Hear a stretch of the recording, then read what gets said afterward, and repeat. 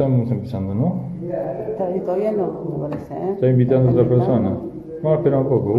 Uno de 5. Hay uno solo que sos vos.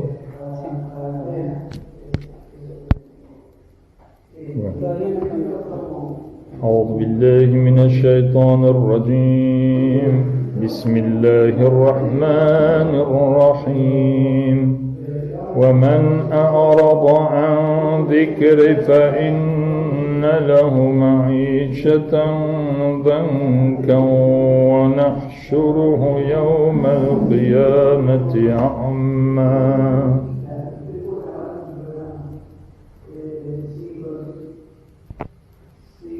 Dice que está flojo, ¿no? Puede ser que el internet sea flojo. قال رب لما حشرتني أعمى وقد كنت بصيرا قال كذلك آتتك آياتنا فنسيتها وكذلك اليوم تنسى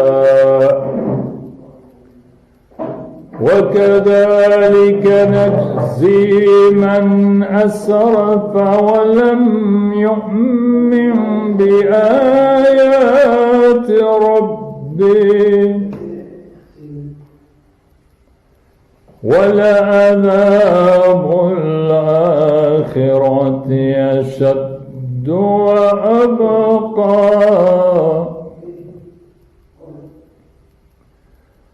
أفلم يهد لهم كم أهلكنا قبلهم من القرون يمشون في مساكنهم إن في ذلك لآيات لأولي النهى صدق الله العلي العظيم اللهم صل على محمد وعلى محمد والسلام عليكم جميعا ورحمة الله وبركاته. La paz sea con ustedes en el nombre de Dios, el clementísimo, el misericordiosísimo. Damos comienzo a la charla que hoy nos reúne, que es acerca, el título de hoy, fíjense, el título de hoy de la charla era La visión abrámica no, la visión abrámica, la crisis global y la visión abrámica, algo así es.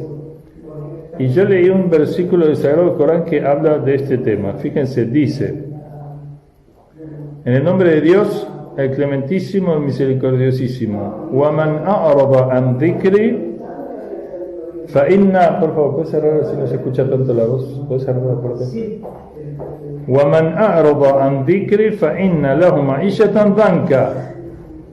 Y aquel que se aparte de nuestro recuerdo, dice Allah, está hablando Dios, el Creador, y quien se aparte de mi recuerdo, dhikri, de mi recuerdo, فَإِنَّ لَهُ مَعِيشَةً ضَنْكًا, ciertamente tendrá una vida difícil, angosta, angustiosa.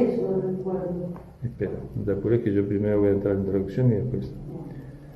وَمَنْ أَعْرَضَ عَنْ ذِكْرِي, quien se aparta de mi recuerdo, فَإِنَّ لَهُ مَعِيشَةً ضَنْكًا, ciertamente para él será una vida angustiosa, una vida angosta y una vida difícil.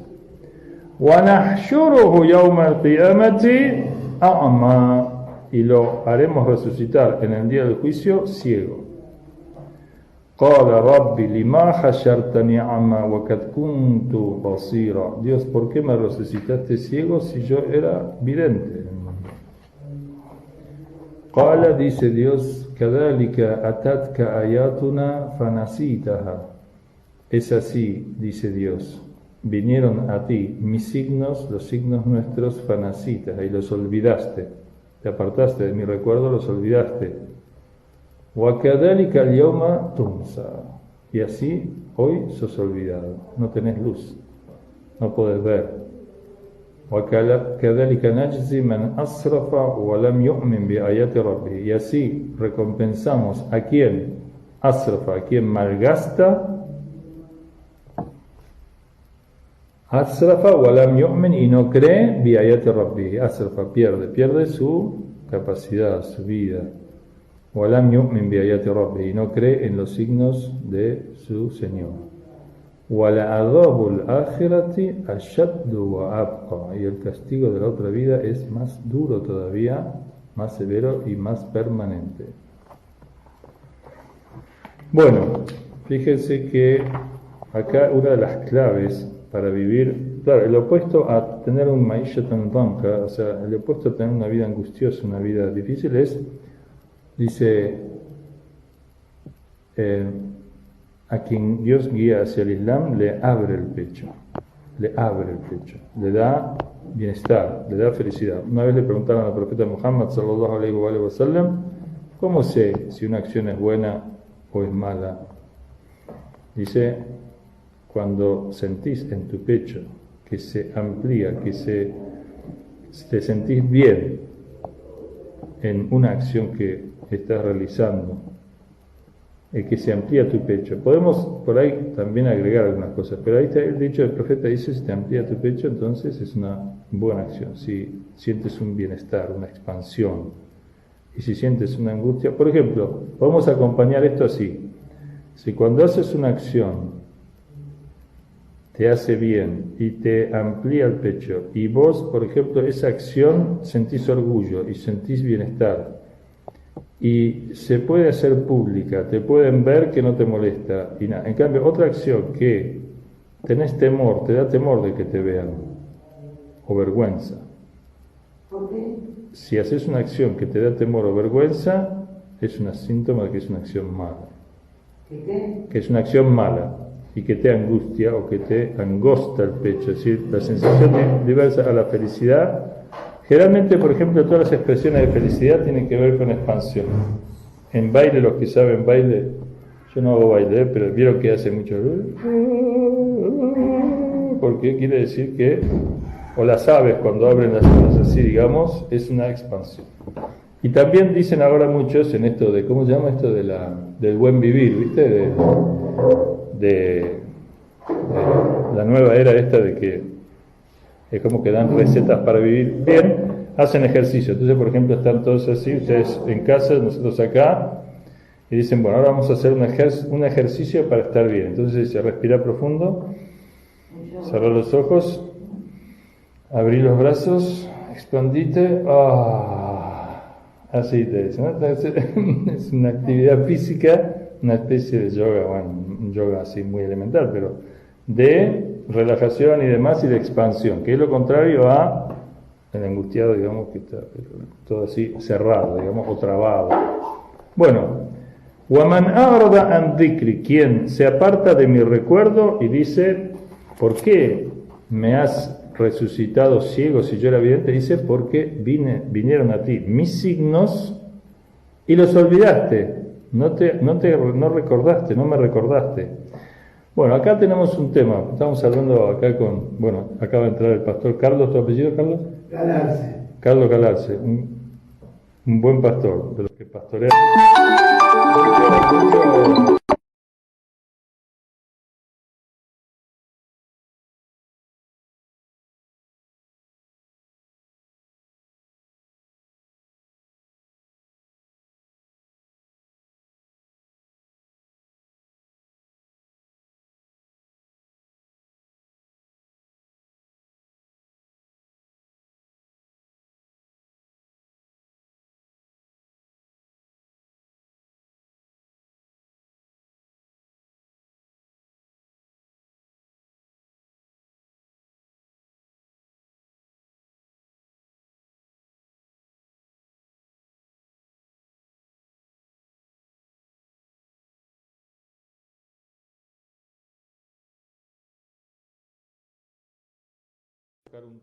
desplazante, de alguna manera una salida, una superación de una crisis destructiva como la que sufre la Unión Soviética, y el imam Khomeini le escribe una carta a Gorbachev y le pone que la salida no está en occidentalizarse. Les advierte, no busquen la salida en un proceso de occidentalización porque Occidente está en un estado de perdición. Cuando dice Occidente se refiere básicamente a los poderes, o sea, al poder que conduce a Occidente, no a los occidentales, que bueno, cada cual puede encontrar un salvavidas, un bote, una lancha, un barquito, un barco más grande, pero el timón del gran barco del poder en Occidente está en manos de gente que ha conducido ese barco a una crisis, a una situación de crisis global, de angustia, que se manifiesta de muchas maneras. Y pensemos, por ejemplo, en la pandemia, y alguien puede decir, bueno, pero ¿qué tiene que ver? La pandemia no surgió de Occidente. Bueno, ¿de dónde surgió la pandemia? Es un tema que los especialistas difieren. Hola, buenas noches, ¿cómo está? ¿Cómo va? Estamos grabando en vivo, por eso yo estaba haciendo así medio. Entonces, decía que el caso de la pandemia y su origen, los especialistas, yo no soy especialista, así que me abstengo ahora de opinar con fundamento, digamos, yo no sé realmente, pero los especialistas que uno ha ido leyendo y demás dicen que la pandemia puede tener distintos orígenes, no necesariamente esa versión del murciélago, de que habrían comido murciélago en China y demás, esa versión después con el tiempo, digamos, perdió fuerza y seriedad y la cuestión parece un tanto más compleja. Hay muchas cosas que se dicen, pero no hay duda que es una crisis y no hay duda que ha agarrado, digamos, ha tomado a la humanidad en un momento dentro de todo. También hay que decir que, bueno, ciertos avances tecnológicos se supone que han permitido más o menos controlarla. Pero claro, no se sabe si esos avances tecnológicos en realidad, y detrás de esos avances tecnológicos, qué es lo que realmente pasó. Con el tiempo probablemente se sepa hasta qué punto la acción humana tiene que ver con eso. Nosotros desde el punto de vista teológico sabemos que pestes, guerras, terremotos, huracanes, todas estas catástrofes y desgracias están vinculadas a un estado de olvido de Dios. Es decir, en el fondo hay un olvido de Dios. Y si nosotros enfocamos la vida de los mensajeros y profetas, ellos dominaban a la naturaleza o Dios los salvaba. Por ejemplo, el caso de Noé, famoso, pero también de muchos otros profetas, el caso de Jesús en los evangelios cuando para la tormenta en el bote, el caso del profeta Muhammad o del imam Ali nosotros tenemos, que bueno, son menos conocidos en Occidente, pero que pararon terremotos también a la tierra, dijeron cálmate. Es decir, los hombres de Dios que representan a Dios tienen un poder sobre el mundo y sobre la naturaleza. Entonces imaginemos que si ellos estuvieran en el timón del gobierno mundial, estas catástrofes no ocurrirían. Y justamente en teología se ve que una descripción de los tiempos de gran tribulación, y los tiempos de gran tribulación tienen una doble lectura. Por un lado, son tiempos de crisis, pero también son tiempos de crecimiento, de cambio, de salvación, de resurrección o de perfeccionamiento. ¿Por qué? Porque justamente la crisis lo que hace es poner de relieve una situación que está mal conducida, de modo que se abre la oportunidad de tomar conciencia de la mala conducción y de cambiar la conducción. Y eso es un cambio positivo, de crecimiento, de maduración. Estamos hablando a nivel de humanidad. La humanidad adquiere, digamos, un conocimiento. Claro, como bien dijo el Papa Francisco en un momento, dijo, bueno, de las crisis se sale para mejor o para peor. Claro, la crisis, quien la aprovecha, corrige el rumbo y entonces no vuelve a caer en el mismo problema. Hay un dicho profético que dice, el creyente no pisa 2 veces la misma piedra. Otro dicho profético dice, el creyente es inteligente.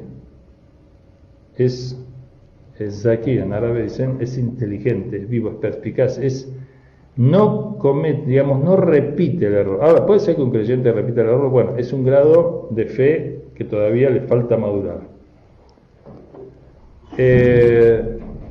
Yallah. Salam alaikum, Sheikh.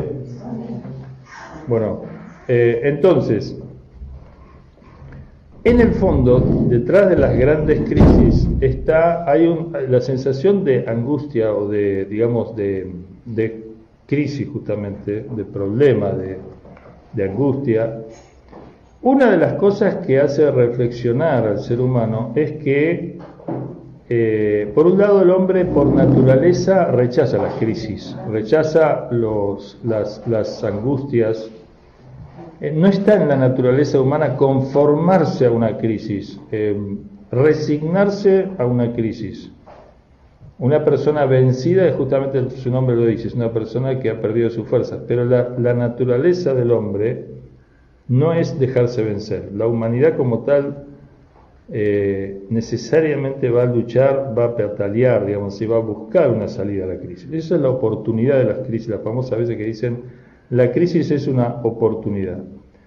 Entonces, hasta ahora, para retomar, tenemos que el Sagrado Corán dice, "Waman arda an dhikri", quien se aparta de mi recuerdo, dice Dios, fa inna lahu ma'ishatan danqa, ciertamente para él habrá una vida angustiosa, una vida difícil. Mientras que lo fácil, lo bendito, lo bueno, lo que ensancha el pecho, lo que quita las angustias, es justamente la cercanía al Creador y a sus representantes. ¿Por qué?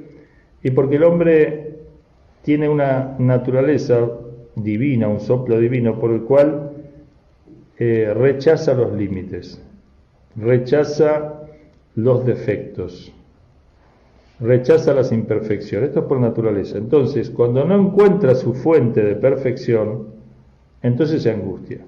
Esto en términos generales. Después hay que analizar casos de angustia particulares, bueno, que perdí, no sé, un ser querido, que me echaron del trabajo. Todo eso son cuestiones de angustias particulares. Yo estoy hablando de la gran crisis y las cuestiones de fondo porque, por ejemplo, nosotros tenemos personas muy elevadas espiritualmente que se le muere a un pariente cercano y no, digamos, por supuesto se apenan, sí, pero no tiembla su situación existencial, no pasan una situación de angustia y desesperación, sino que saben de dónde viene la orden de dejar este mundo, saben que a este mundo le sigue una vida más allá. Esto lo sabe instintivamente el ser humano, por eso los cementerios en todas las culturas siempre hay una relación con el muerto de respeto, de cuidado, de alguna manera de relación con el muerto, de visitar a los muertos. Esto es algo que está en la naturaleza humana. Ahora, esta naturaleza humana, si no es regada por el conocimiento profético y la revelación, es como una planta. La planta tiene todas las cualidades, pero si yo no la riego, no le da el sol, no le da el viento, no le da la luz, por más cualidades que tenga la planta, se marchita, digamos. Así es la naturaleza humana. Entonces, acá da una primera clave. Quien se aparta de mi recuerdo tiene una vida angustiosa. Bueno, muy bien. Entonces, la solución a la angustia es no apartarse del recuerdo de Dios. Y sobre el recuerdo de Dios hay toda una cuestión. Dice los mismos versículos que leímos, que te han llegado a ti mis signos y los olvidaste. Bueno, ¿cuáles son los signos de Dios que llegaron? Los signos más grandes de Dios que llegaron son, te he enviado, dice, tu Señor. Te han llegado los signos de tu Señor, los signos más grandes del Señor son sus representantes, son los mensajeros de Dios. Es decir, nada equipara a estar junto a Moisés, Abraham, Jesús o Muhammad. O sea, ningún signo de Dios es más fuerte que la presencia de un profeta y una revelación, porque como representante de Dios, entonces guían a los seres humanos a la perfección, o a Dios, en otros términos. Entonces, justamente es el camino contrario a olvidar los signos de Dios. Desgraciadamente en esta época que vivimos se lee poco y se estudia poco y se recuerda poco a los signos de Dios. Por supuesto, un amanecer es un signo de Dios, el vuelo de un pájaro es un signo de Dios, pero si bien son signos, para el despierto hay un dicho místico que dice, ¿cómo puede el hombre dormir tranquilo con todo este barullo angelical, bendito, digamos, de los animales adorando a Dios? O sea, se duerme lo necesario, pero no se puede dormir mucho más porque el mundo es una fiesta, digamos, la existencia, el ser, es una celebración, es una loa constante, el pájaro que nace. No sé si, yo una vez fui a ver un amanecer, me hablaron de un amanecer, bueno, lo fui a ver, fui al río, acá mirá, el río de la Plata, la zona de Olivos, y me metí en el agua, digamos, estábamos con un amigo, nos fuimos al amanecer.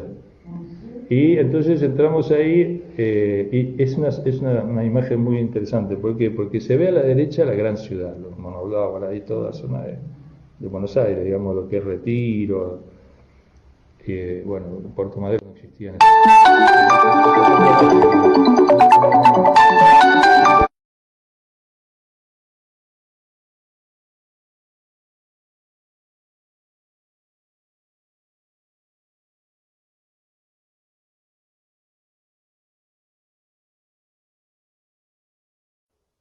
¿Venir más tarde o no? Juan, Francisco. ¿Se va? Bueno, entonces la imagen de toda esa ciudad, digamos, ¿no? Y enfrente el sol saliendo, el río, y los pájaros que reciben al sol cantando desde antes de que salga el sol. O sea, no, el contraste entre la obra de Dios y la obra humana es una visión muy fuerte. Es decir, sí, bueno, yo tengo un poquito de agua, porque era verano. No, pero te digo, en aquel entonces fue hace muchos años, no era tan como por ahí es hoy, no sé. Bueno, la cuestión es que, no me tiré del todo, no, pero tampoco estaba tan sucia el agua, no te creas que era tan... Bueno, la cuestión es que esto venía a cuenta de que los signos de Dios, decía, para una persona que despierta, en realidad toda la existencia es signo de Dios, porque el signo de Dios, que es lo que señala digamos, ¿no? Ponerle el semáforo en rojo es un signo de que tenés que parar, y el verde que tenés que avanzar.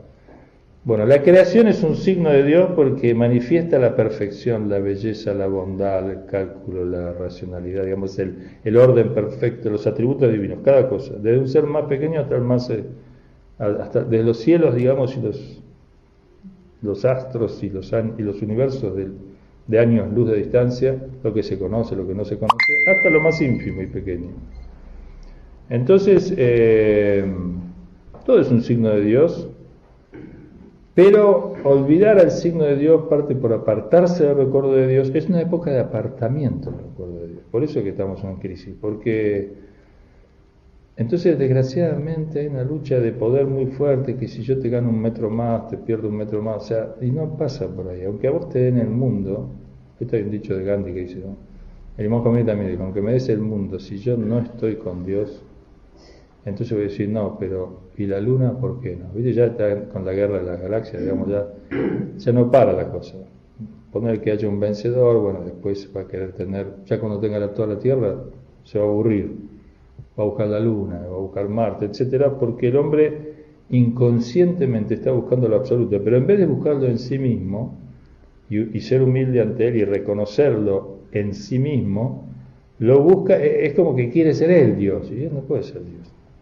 Entonces, obviamente la muerte lo va a sorprender a mitad de camino, la vejez, la enfermedad, las competencias, porque todos quieren ese lugar, entonces no duermen muy tranquilos, generalmente tienen unas custodias muy fuertes, digamos que además el nivel de traición, hay un tema de los reyes, por ejemplo, entre los reyes se ve mucho, las intrigas palaciegas. Las intrigas palaciegas de los reyes son historias, por ejemplo, han habido en la historia de los reyes que han asesinado a sus hermanos, envenenado a sus hijos, digamos. por ejemplo, para que no le quiten el poder, o para que, por ejemplo, querían que este hermano lo sucediese, envenenaban a los otros, o los otros. Bueno, eso es una cosa que está lleno. Y en las monarquías por ahí no llegan al punto del... Bueno, voy a contar una anécdota, no es para contarla acá, después la contamos fuera del micrófono, de un cierto lugar importante en el mundo y demás, donde se tenía miedo de dormir en tal lugar y se elegía otro por el peligro, digamos, de perder la vida si no se cuidaba. Bueno, algunos más o menos se pueden dar cuenta de dónde hablamos. Bueno, lo cierto es que en los lugares de poder, que no es el poder de Dios, en cambio, por ejemplo, hay un dicho famoso de un hombre que viene, no sé, no era Harun al-Rashid, pero ponerle que fuera Harun al-Rashid, que dominaba el oriente y el occidente en una época, ¿no? En Bagdad, capital de... Y entonces, en un momento le dicen que en tal ermita hay un hombre, digamos, que se ha retirado a contemplar, a adorar a Dios y demás, y que no es un ideal profético el hombre que se aparta. Por un tiempo sí, o sea, ir a hacer un retiro espiritual es una cosa, apartarse de la sociedad no es una perfección profética. Los profetas se apartaron siempre, hicieron retiros, pero siempre volvieron a la sociedad para guiarla. Por eso fueron perseguidos por los poderes de turno, porque es un poco como la alegoría de la caverna de Sócrates. Se despierta y vuelve a la sociedad. El compromiso social es un acto de amor al prójimo. Mientras que si yo me voy a la montaña y digo, no, esto no tiene remedio, me trato de curar yo, pero lo demás que cuando no tienen cura, es un grado de, digamos, de insensibilidad. Y está en la Biblia y en el Corán, menciona al profeta Jonás como un ejemplo de alguien que, por apartarse de su misión profética, digamos, de enojarse con su pueblo y apartarse, se lo traga la ballena, que también uno dice, bueno, ¿cómo una ballena puede tragar a un ser humano? ¿Vos cómo podés creer eso? La verdad, digamos, siglo XXI, ya para un poquito con los cuentos de hadas. No. Nosotros sostenemos que hay milagros que ocurren, digamos, a ver, yo no sé científicamente la clase del pez que se tragó Jonás y cómo Jonás puede haber sobrevivido a semejante historia. A ver, voy a hablar un poco más fuerte. Jonás se lo traga el pez o la ballena, dicen, que hay que ver, en árabe hut no necesariamente ballena, es un pez grande, como fuera. En términos científicos, si yo hiciera ese experimento, creo que, no sé, de 10 casos mueren los 10, digamos, nadie se puede tragar un pez, por más grande que sea, ponerle, primero entrar en el estómago de ese pez, y después sobrevivir debajo del agua, o sea, te ahogás, ¿cómo puedes estar ahí? Pero, entonces yo digo, bueno, me estás haciendo un cuento de niños, está bien. Entonces Moisés, cuando con su bastón golpea en el mar y se abre en dos, y pasa Moisés con su pueblo, y después es otro cuento de hadas. Cuando Jesús entonces resucita a un muerto, y es otro cuento de hadas. Pero ¿cómo me explicás vos? Porque los profetas se distinguen de otros líderes en que tienen los signos del poder de Dios, porque si no, ¿por qué los profetas despertaron tanto temor en los poderes imperiales? Moisés, por ejemplo. Moisés no tenía ejército. El que tenía ejército era el faraón. Entonces, ¿por qué Moisés solo, con un cayado, con un bastón, digamos, con Aarón, destruye el poder del faraón, que tenía todos los ejércitos? Es más, faraón hace alistar a su ejército para burlarse de Moisés. Dice, vos venís a cuestionar mi poder, y yo soy el Señor y doy la vida y doy la muerte. Bueno, el caso de Nimrod, para mostrarle a Abraham que él es Dios, porque esto se decían dioses. Hoy en día, por ejemplo, un Biden, un Trump, que son muy poderosos, o cualquier otro, no dicen que son Dios porque se le reiría a la gente, pero actúan como sí, porque deciden la vida de los demás, toman decisiones que implican un montón de personas, y no dicen, bueno, de acuerdo a lo que Dios manda. Además, ellos mandan ellos, y es decir, actúan como si fueran un poder total, aunque nadie en su sano juicio hoy diría que es Dios. Pero en esa época el nivel cultural cuántos leían y escribían, cuántos pensaban. El nivel cultural era muy bajo, adoraban ídolos de madera, de piedra, de cualquier cosa. Y estos seres poderosos, con sus enormes palacios imperiales y demás, se decían que eran dioses, tenían sus esclavos, todo igual. Y eran casi adorados, de hecho se prosternaban ante ellos. Bueno. Entonces, si vos me decís, no, los milagros son cuento de hadas. Bueno, está bien. Pero en el siglo XXI, más de 2/3 de la humanidad es monoteísta. En principio, después hay que ver cómo vive. Pueden vivir no en forma monoteísta, pero dicen serlo al menos. Cristianos, judíos, musulmanes, conforman, en todas sus vertientes, conforman, qué sé yo, 2/3 de la humanidad. O sea que están siguiendo las enseñanzas de personas que vivieron hace. Vos me decís, no son cuentos de hadas eso. Está bien, yo te pregunto, vos que decís que son cuentos de hadas, cuando te mueras, ¿cuántos años te van a recordar? Por ejemplo, vos me decís Newton, qué sé yo, Napoleón. Andá a los vecinos a preguntarle quién era Napoleón. ¿Quién era Newton? Te voy a decir, sí, Napoleón era un general francés. Sí, está bien. ¿Y qué más? Y bueno, y qué sé yo, vivió en el siglo XIX, ¿no? Si llega con ya si te dice eso, ya es alguien que un poquito leyó. Y no puede decirte más nada. ¿No tenés una foto en tu casa de Napoleón? No. Y de Alejandro Magno, y tampoco. Y qué sé yo, y de Einstein, sí, bueno, en internet hay alguna foto, alguno la tiene por ahí, pero... Y cuando estás en terapia intensiva que te asustás, digamos, decís Einstein. ¿A quién? No me embromes. ¿A quién no? Digo, vos decís cuando estás con problemas, Einstein, ayúdame. No. Yo tampoco. ¿Vos? Ahora, ¿podés decir Jesús, ayúdame? Yo muchas veces dije Jesús, ayúdame, digo Mohammed, ayúdame. Y como yo, millones. No pocos. Entonces, muy bien. Ahora, estuvieron hace 2000 años, 3000 años. Y vos decís que es el cuento de hadas. Bueno, está bien, después de 2000 años, vos que decís que son cuentos de hadas, vamos a ver de vos qué dice la gente. O sea, para un poco, serenate, empecé a pensar un poquito. Y empecé a reflexionar que, por ejemplo, este libro, el Corán, ¿sabes cuántos millones de personas leen el Corán?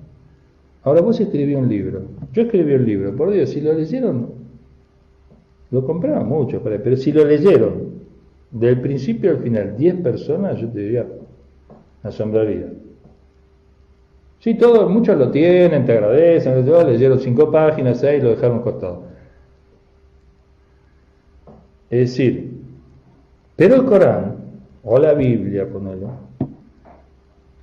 son libros que son los libros más leídos si vos haces una encuesta en la humanidad, son los libros más leídos, eso no hay duda. Ahora, son los libros sagrados, no tienen competencia, no hablé de Shakespeare, de Cervantes, de Virgilio o de Dante. No tiene comparación. Yo el Corán, porque yo muchas veces digo, yo el Corán, y ustedes que están escuchando ahí, ¿cuántas veces leyeron el Corán en su vida los musulmanes? Digo, yo lo debo haber leído por lo menos 50 veces. Vos decime un libro, un clásico, el mejor libro que se te ocurra. ¿Cuántas veces lo podés leer? ¿Cuántas veces podés leer Cervantes, Moneles, Cisó?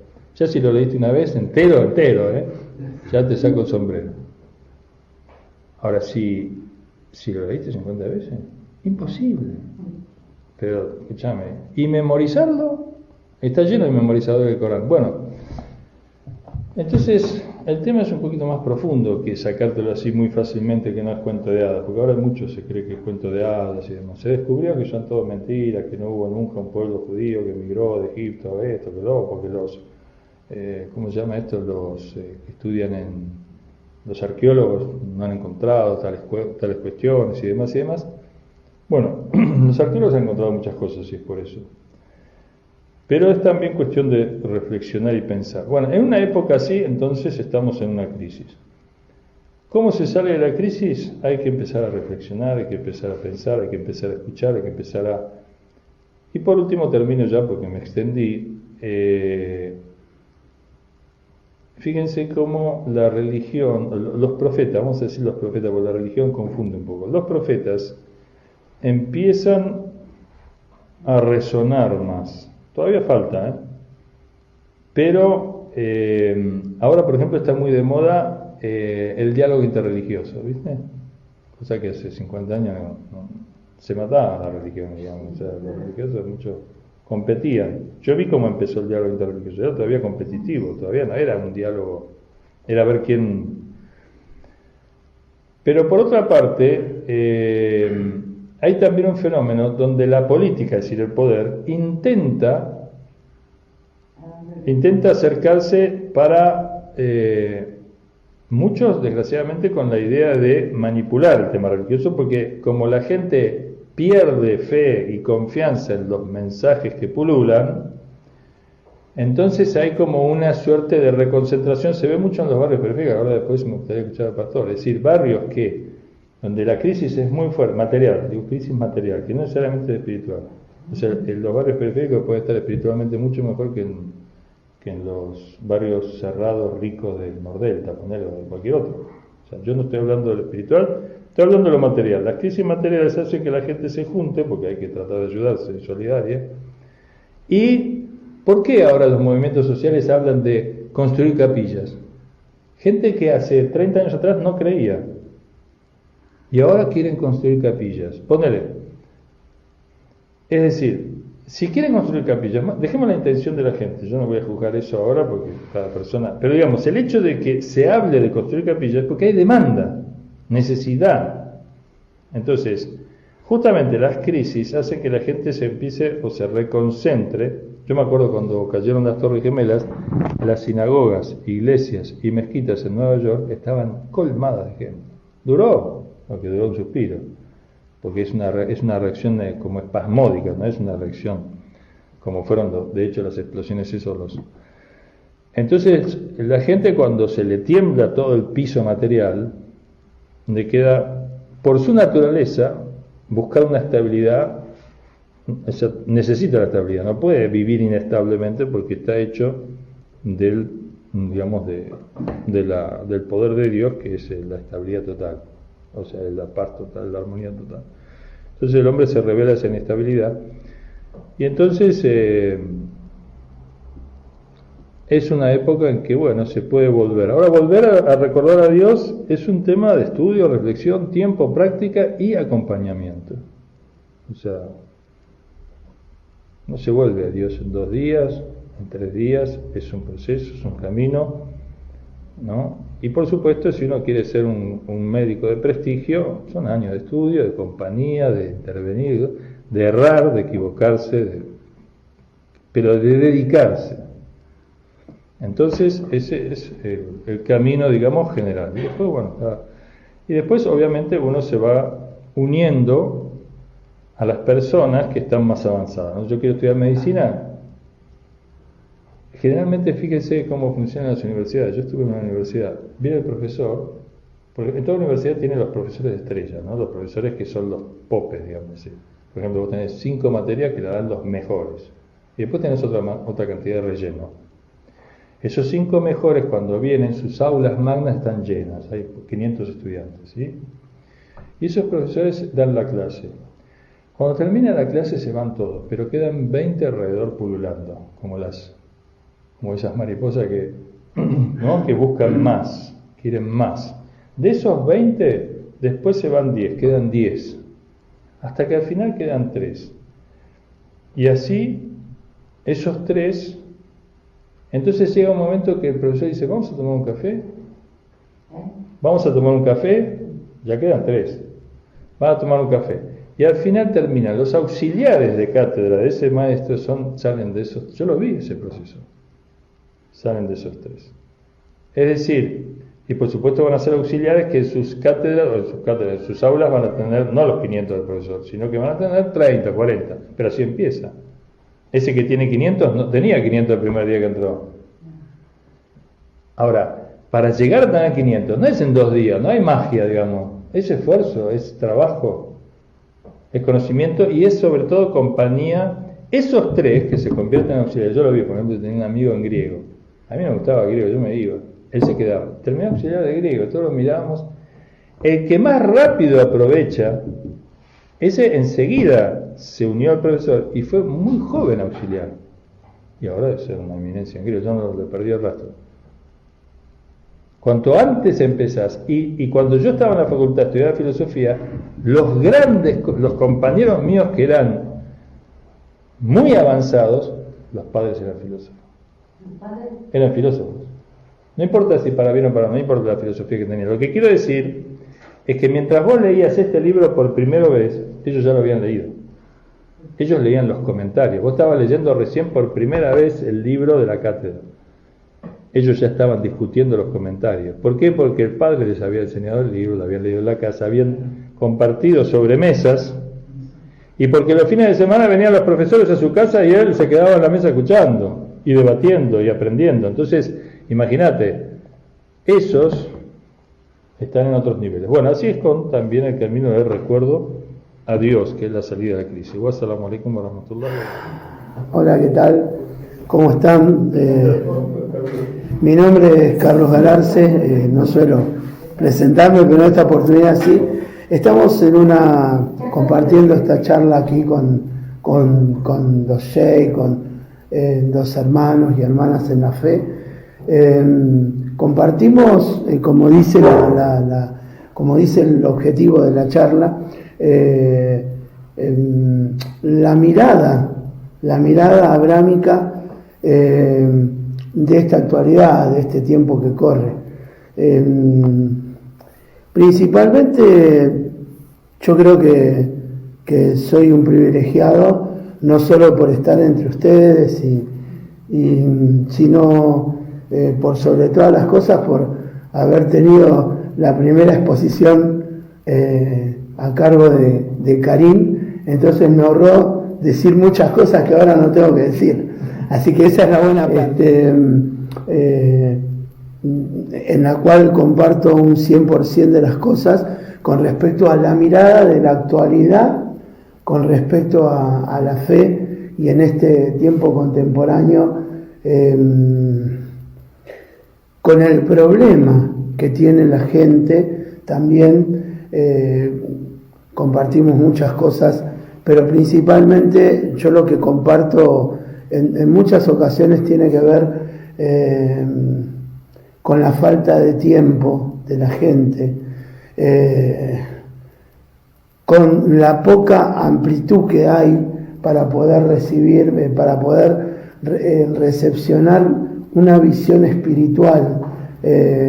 Cuando una persona viene de trabajar 12 o 14 horas y llega a su casa, eso es matemáticamente imposible. Cuando los chicos a veces no tienen a mamá y a papá durante la mayor parte del día, entonces les cuesta arrancar en la escuela, les cuesta más las materias, tienen que recuperar, y un montón de cosas que vivimos a lo largo de todos los días. Entonces ahí nos damos cuenta de por qué, de dónde viene esta opresión, ¿no? O sea, como para hablar un poquito diferente, aunque en el mismo sentido, ¿no? En el que creo que todos comparten, seguramente. Pero más allá de todo esto, hay algo muy importante. Hay algo muy importante que no se debe perder. Cuando todas estas situaciones suceden a lo largo del día, todas estas cosas nos hacen perder comunión con nuestro Eterno. Todo eso nos hace, aunque seamos o tengamos un origen espiritual, o lo hayamos tenido de nuestros padres, o nuestros padres hayan sido pastores, porque en mi caso no, pero sí conozco muchas familias de autoridades espirituales en todos los campos, donde es más problemático tener padres sacerdotes espirituales. Hay más problemas que beneficios, en algunos casos, y con la responsabilidad que la gente les atribuye, ¿no? Como que el hijo de un sacerdote, el hijo de un pastor, tiene que ser espiritualmente, no sé, sí, el hijo de Moisés o el hijo de no sé qué profeta, pero más allá de todo esto, yo a lo que quiero apuntar es exclusivamente a la fe. ¿Por qué? Porque eso es algo que más allá de la situación, de la preparación y de todo lo que podamos tener, eso es algo que está arraigado en el corazón del hombre y que nadie nos va a poder quitar. O sea, nadie, ningún opresor extranjero, ningún sistema que exista a lo largo de los años, de los imperios. Recién el Sheikh aquí nombró varios, nombró aquí varios. No va a haber ningún sistema. Hablábamos de Alejandro Magno, hablábamos de imperios grandes, ¿no? Que impusieron todo un tiempo, toda una moda, toda una época, ¿no? Y que no solo imperaron en cuanto a gobierno, sino en todas las áreas de la vida social, política. Pero no va a haber ni nada que pueda quebrantar nuestra fe en un Creador, ¿no? Los datos ya los habíamos visto hace un rato. Las dos terceras partes de estos suelos, de este suelo llamado tierra, para muchos de nosotros, nosotros conocemos este lugar como el único lugar, ¿no? Pero bueno, a saber nuestro Creador todos los otros lugares también que tiene. Pero de todas maneras, nosotros lo que estamos hablando en este tiempo especialmente tiene que ver con la fe. Esa fe que puede habitar en el que tiene un minuto para pedirle al Señor que nos libre, que nos salve, que nos pueda ayudar a solucionar un problema. Y un pueblo muchas veces traicionado por el mismo hombre que ha simulado relación con Dios y que ha avasallado la fe de mucha gente, humilde de mucha gente. Sin embargo, la fe permanece inquebrantable en el hombre. Y uno de los lugares fundamentales donde anida la fe es en la familia. Es en la familia. Y entonces, si siguiéramos hablando, sería para horas, porque tendríamos que hablar del verdadero sentido, ¿no? Del verdadero sentido de los patriarcas, del verdadero sentido del padre de familia. Sí es real que hoy en día hay muchas familias también, hay mujeres que se convierten en el jefe de la familia y que también son los que le dan la cobertura espiritual a sus hijos, a sus hijas y muchas abuelas a sus nietos, porque los tiempos cambiaron, porque las circunstancias cambiaron, pero la fe sigue siendo inquebrantable. Yo quiero solamente nombrar algunos versículos de nuestro libro, de la Biblia, que tiene que ver con un libro escrito por un autor que todavía no se puede reconocer. Muchos dicen que es para unos el rabino Shaul o el apóstol Pablo, para otros, pero para muchos también es un gran teólogo sin instituto de teología, que fue Apolos, ¿no? Yo me inclino más por Apolos que por Pablo, porque la manera de escribir es mucho más técnica, es mucho más específica que la de Pablo, a pesar de la sabiduría que Pablo tenía. Sin embargo, él viene hablando acerca de muchas cosas interesantes, y en el libro de Hebreos, en el capítulo 11, él habla específicamente acerca de la fe.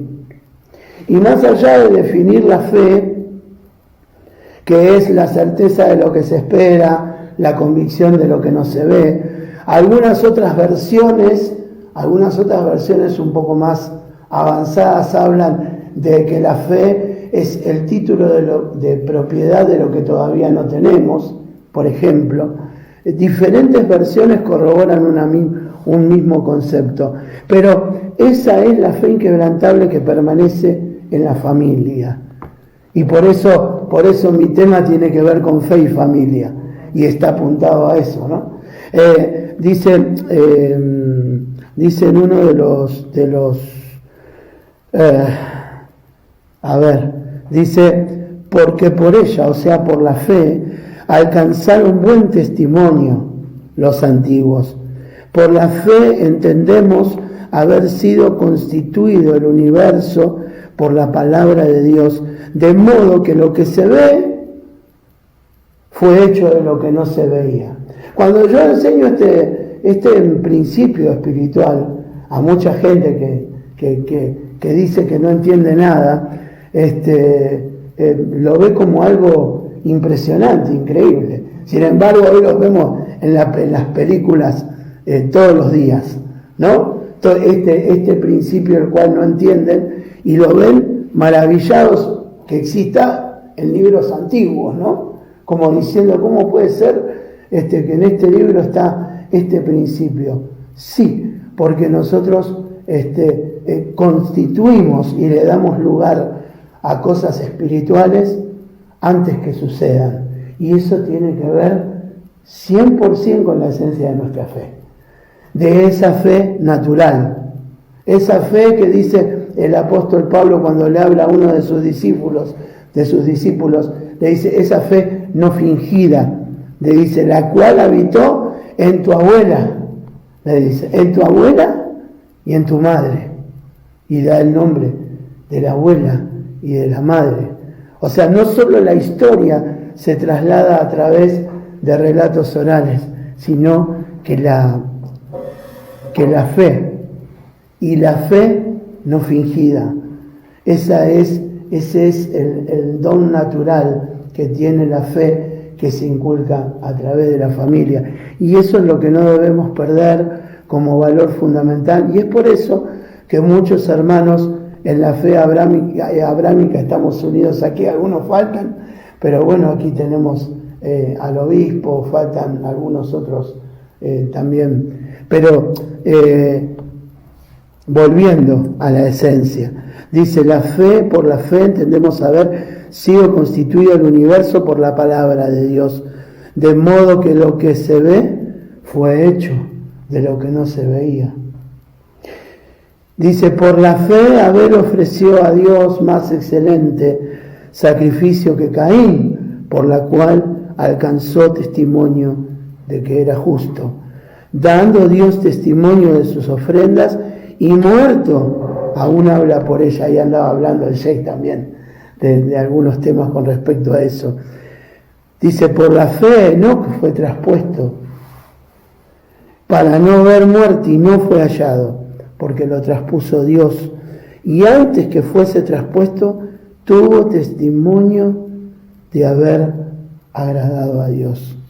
Pero sin fe es imposible agradar a Dios, porque es necesario que el que se acerca a Dios cree que le hay y es galardonador de los que le buscan. Por la fe, dice, quiero cerrar en el versículo 8, por la fe Abraham, siendo llamado, obedeció para salir al lugar que había de recibir como herencia, y salió sin saber a dónde iba. Por la fe habitó como extranjero en la tierra prometida, como en tierra ajena, morando en tiendas con Isaac y Jacob, coherederos de la misma promesa, porque esperaba la ciudad que tiene fundamentos, cuyo arquitecto y constructor es Dios.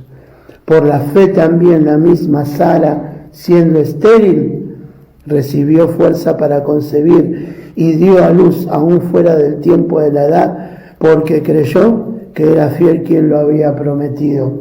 Yo quiero cerrar con esto y no extenderme tanto, pero sí quiero sí, ahí me decís, quiero cerrar en la idea, imitar la fe de Abraham, esa fe genuina que él obedeció ir al lugar, porque Dios no le dio una promesa concreta. Dios le dijo, andate, vete de tu tierra y de tu lugar y de tu parentela, y yo te voy a decir lo que vas a hacer.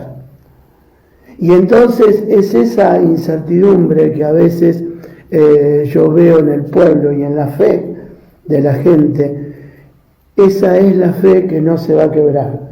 Esa es la fe por cual nos unimos los hermanos, hermanas de la fe abrámica para poder una vez más en este tiempo tan convulsionado defender los valores familiares y la fe, que es eso tan valioso que hay en cada uno y en cada una, y ese lugar llamado hogar, donde habita la familia, el último bastión de este mundo. El que no tiene familia, somos uno con el Señor. El que no tiene familia, somos uno con Dios y conformamos una familia. No olvidemos nunca al Ruach HaKodesh, al Espíritu de Dios, que es el Espíritu del Padre, que en este tiempo está obrando a nuestro favor. Así que bueno, le damos gracias al Señor. Yo agradezco al Sheikh. Buenas noches. Para los que no me conocen, soy Vladika Gorac, soy el obispo de la Iglesia Ortodoxa Montenegrina, que los cuales vivimos en este momento en esa región del mundo un periodo bastante tumultuoso. Pero bueno, vamos a hablar del tema que nos ocupa hoy y que todo está relacionado con todo. Mucho de la crisis de Occidente hoy, ¿no?, pasa, como bien decía el Sheikh, como bien decía el pastor, de una desconexión del hombre con Dios.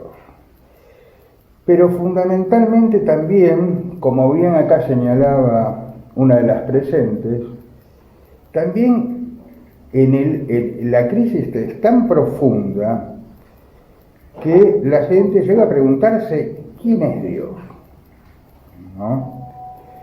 Pregunta que a priori puede parecer simple, pero la respuesta puede parecer simple para un hombre de fe, no para la gente que no tiene fe, y más en un mundo occidental. También eso para ser realistas hay que encapsular un poco el problema. El gran problema es dentro del mundo occidental, y dentro del mundo occidental yo diría más concretamente en lo que algunos hablan como la anglósfera, como yo digo también, ese mundo anglo-germánico, ¿no?, que abarca Europa Central, Europa Occidental, y está derramándose sobre Estados Unidos y sobre todo América. En realidad, en la ciudad de Buenos Aires, que es donde estamos, hay una penetración de esa decadencia del hombre alejado de Dios. Y yo el otro día estaba leyendo, ¿no?, uno de esos gurús de moda, que admito que les tengo un poco de tirria, no voy a ser hipócrita, que es Yuval Harari, que habla, el famoso que habla del Homo Deus. El Homo Deus, el hombre Dios.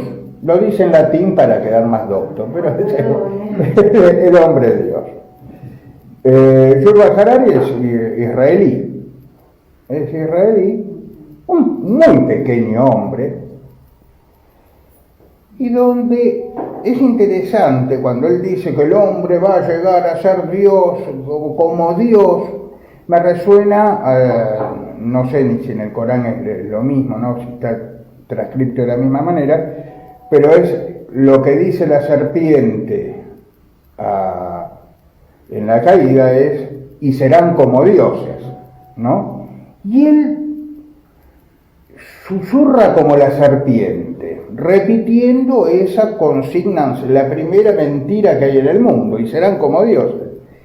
Y digo, ¿y cuál es el concepto que tiene no voy a decir buen hombre, este hombre de Dios? El concepto de Dios, digo, la otra vez estaba pensando y estaba charlando con un amigo, así, en una mesa de café, digo, este hombre, digo, por provenir de un pueblo, del pueblo elegido, ¿no? Bastante pagano, porque digo, la concepción que él tiene de un hombre, de Dios, es un hombre potenciado, un hombre llevado a la enésima potencia. Entonces, eso era Zeus, era Júpiter, no es el Dios bíblico, ni siquiera es el Dios de su propia tradición, ¿no? Entonces, es una muy buena pregunta, una muy buena inquietud, la que hizo una de las mujeres acá presentes, que no sé el nombre, ¿cómo es su nombre? Cristina. Cristina. Estuvo muy piola Cristina en eso. Y que la gente pregunta ¿qué es Dios? Y es interesante lo que los grandes medios están bajando. Y sobre todo el que está haciendo, el que está motorizando es Yuval Harari. Uno lo escucha acá, ¿cómo se llamaba? El que era asesor de Macri, ecuatoriano, sí. Durán Barba, y a través, Durán Barba es la cosa local, pero en general está pegando mucho Yuval Harari. Y digo, es desconocer completamente a Dios, el hecho de plantearse el no morir, la eternidad por fuera de Dios. Yo digo, nunca pensé que iba a vivir para escuchar eso, ¿no? Y aparte yo tengo una actividad secular, ¿no? Trabajo en un banco, ¿no? Ahora estoy con cosas remotas. Pero no hay eternidad fuera de Dios. Esa es la clave. Pero uno ve el grado de estupidez que cae el hombre cuando se aleja de Dios. Como bien decía el Sheikh, el hombre inteligente, el creyente es inteligente. Y nos han formateado, por lo menos en los últimos 30, 40 años, que el imbécil es el creyente, que confunden el creyente con el crédulo, ¿no? Que son dos cosas distintas conceptualmente. Entonces, volviendo al tema de Yuval Harari, digo, es como que cree que una persona puede ser eterna metida dentro de un dispositivo. Entonces yo digo, miren para qué grado de imbecilidad, porque otra palabra no hay. Yo cambio el celular, ¿no? Yo cambio el celular, paso los datos a un nuevo celular. Yo no digo que mi celular, que el celular que reemplacé es el mismo que tenga porque tiene los mismos datos. Digo, no estoy diciendo que mi computadora sobrevive en mi netbook a la cual le pasé la información. Ahora yo no entiendo cómo ellos se plantean porque dentro de 20, 30 años vamos a poder sacar la información de un cerebro, meterlo en un dispositivo y eso vamos a ser eternos.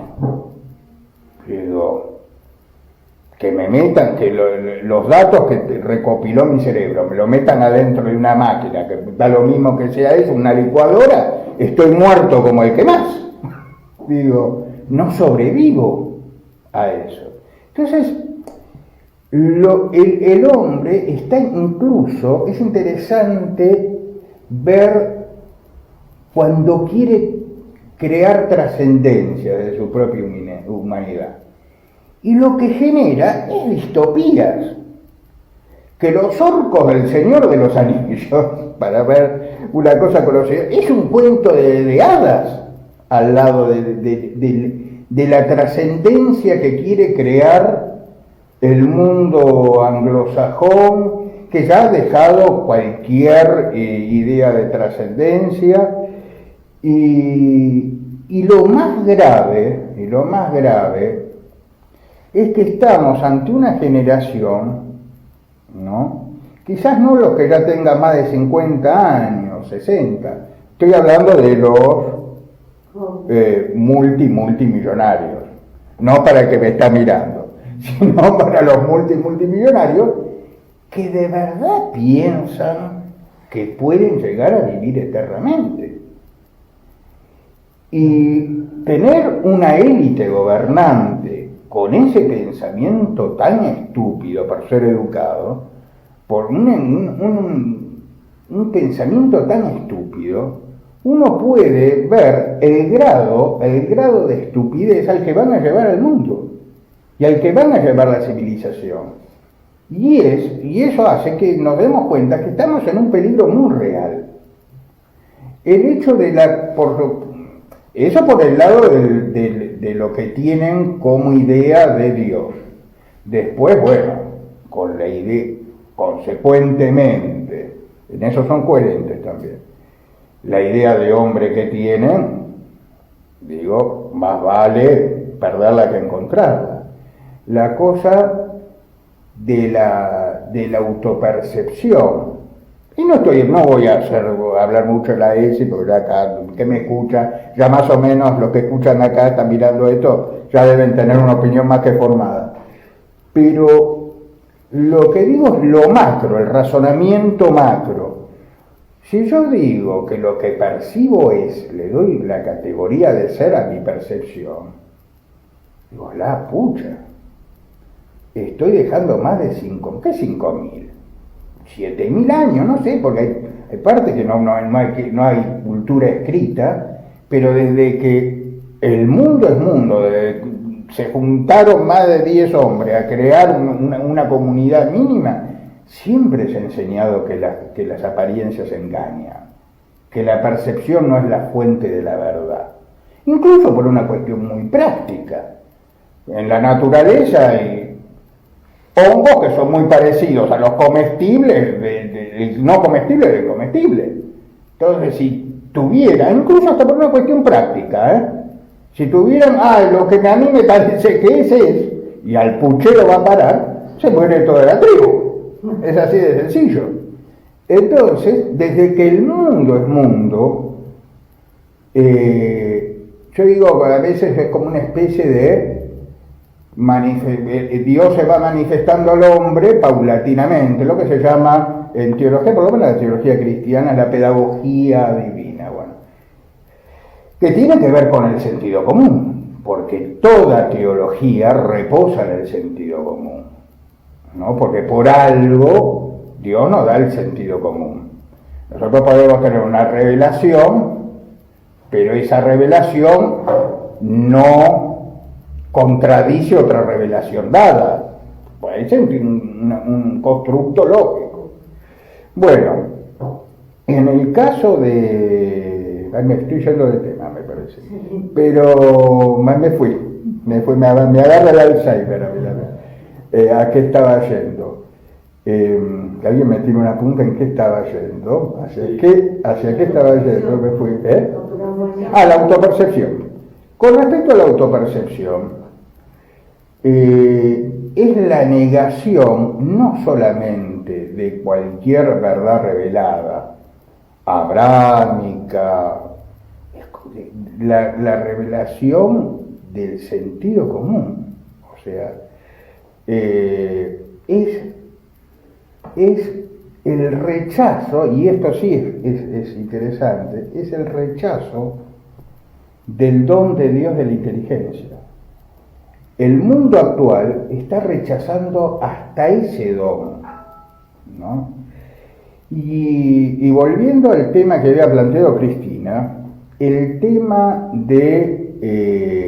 con respecto a la familia y al desconocimiento de Dios. Bueno, el primer conocimiento de Dios se tiene en la familia. Entonces, hoy estaba leyendo, por ejemplo, en Infobae.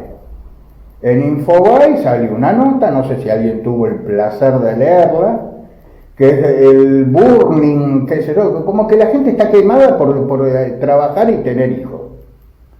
Gran conclusión final del artículo es: no tengas hijos porque te vas a complicar la vida. Bueno, Así. lo dicen los libros. Y aparte, aparte, por si no quedó claro, una semana antes sacaron otra nota hablando sobre las madres arrepentidas de haber tenido hijos. Sí, la mayoría.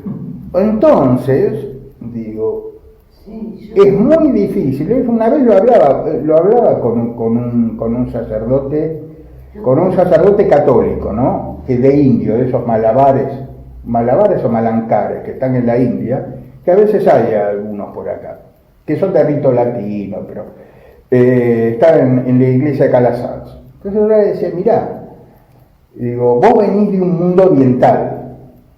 Digo, hablarás bien el español, qué sé yo, pero venís de un mundo oriental. Para nosotros, que habitamos en un mundo occidental, yo nací acá en Buenos Aires, es muy difícil predicar a Dios como Padre en una sociedad donde la paternidad está mal vista, donde el padre es un potencial agresor. Y mal que mal, uno suena antipático decirlo, pero desde la revolución sexual de los años 60, qué sé yo, los hombres han dejado de ser protectores de su familia de pasar a ser abandónicos. Y a pasar, el hedonismo no trae aparejado otra cosa que un tipo abandónico. Y uno lo mira en la televisión, la gente que uno conoce, cuando el tipo más hedonista es, más abandónico es. Entonces, es muy difícil predicar un Dios Padre, un Dios presente, en una sociedad del sálvese quien pueda. Digo, hoy, predicar a María como madre, ¿no? También como mujer, un ejemplo de madre incluso en el Corán, es muy, claro, Fátima, es muy difícil en una sociedad donde ya están empezando las mujeres dicen: estoy arrepentida de haber tenido un hijo, lo quiero mucho, muy divino, muy simpático, pero estoy un poquito harta, y qué lindo hubiera sido mi vida sin tener un hijo. O sea, yo calculo que también es una cosa que va a caer por su propio peso, ¿no? Yo creo que están yendo demasiado rápido en su forma de plantear la maldad, ¿no? O sea, es muy evidente. Y yo lo que veo que eso trae concatenado la falta de amor. Hoy uno habla con chicos, chicas de sub-25 y no tienen experiencia afectiva. Uno va, por ejemplo, yo tenía mi capilla en José Cepaz, pero yo miraba un piba de 10, 12 años, o un poquito menos también, y decía: este chico o chica, ¿con cuántos padres distintos pasó la Navidad y el Año Nuevo? Digo, obvio que este chico no va a tener mucho cariño por su entorno. ¿Por qué? Porque sabe que eso es mutable, hoy está, más vale que no se encariñe mucho. Pues se encariña con el nuevo papá que le trajeron y 7 meses, 10 meses no está más. Entonces, y otra cosa muy también que tiene que ver con esta sociedad en que nos han metido, con la falta de vivienda y todo eso. También el hecho de que se está normalizando, yo cada día me quedo más atónito, cómo se está normalizando el hecho de cuasi desear la muerte del padre, tía, abuelita, para heredar. Pero al punto de tener el mal gusto, algunas personas que te dicen: no, tío, cuando vos no estés, digo, perdón, todavía estoy, pero digo, no me lo han hecho a mí, porque no tengo sobrino, pero digo, pero sí se lo han hecho amigos míos.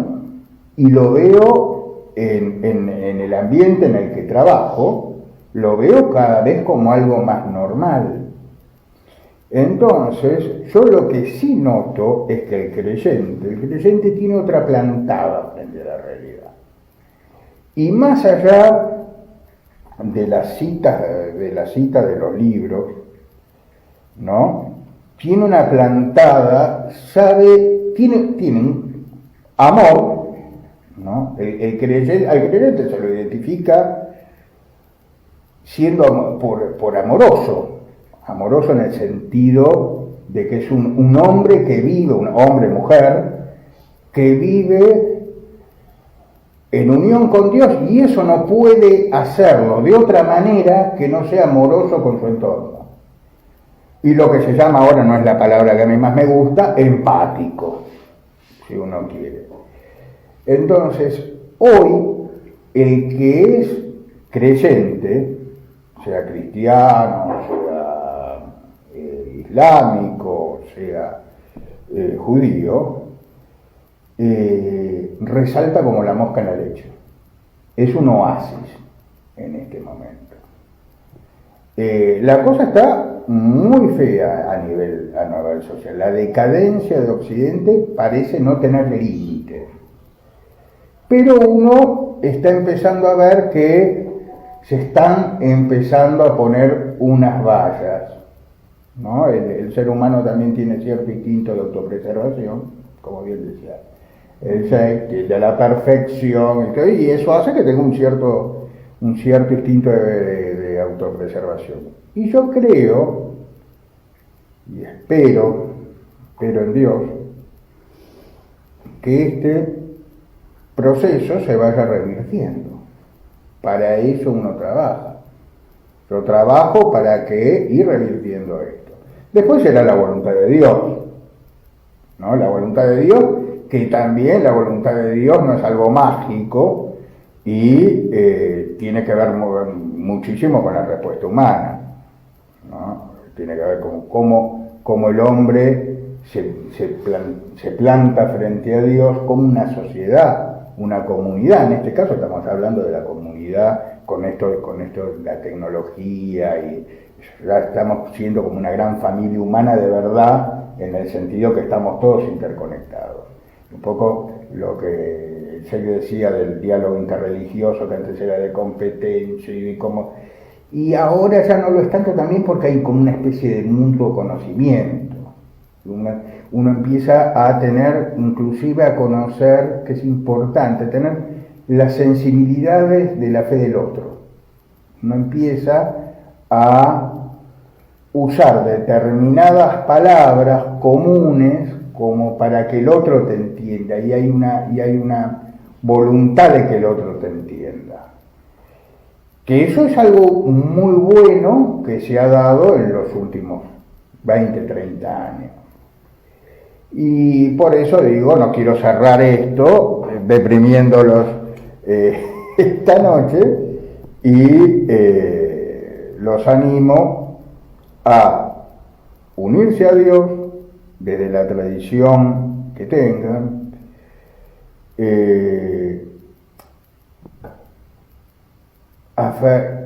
llevar a su familia una experiencia de Dios.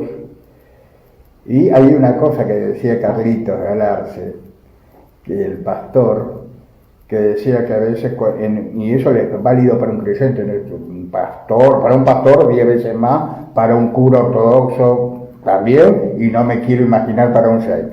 El hecho de cómo es la familia del sheikh, del pastor, del cura, que el hijo tiene que ser un dechado de virtudes, pero yo les recuerdo algo que los va a dejar a todos muy aliviados, ¿no? Eso lo decía un cura viejo. Dios no tiene nietos.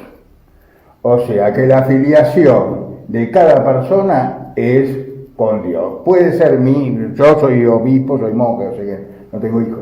Pero si yo tuviese un hijo, yo podré ser muy hijo de Dios por el bautismo, en el caso del cristiano, y por mi fe y la práctica de la fe, pero mi hijo se tiene que filiar a Dios. O sea, Dios, eso significa Dios no tiene nieto. Que yo sea hijo de Dios no significa que Él lo sea. O sea, si no hay un salto de fe en Él y una obediencia a Dios en Él, sí, lamentablemente va a ir como cualquier persona. Y eso es válido para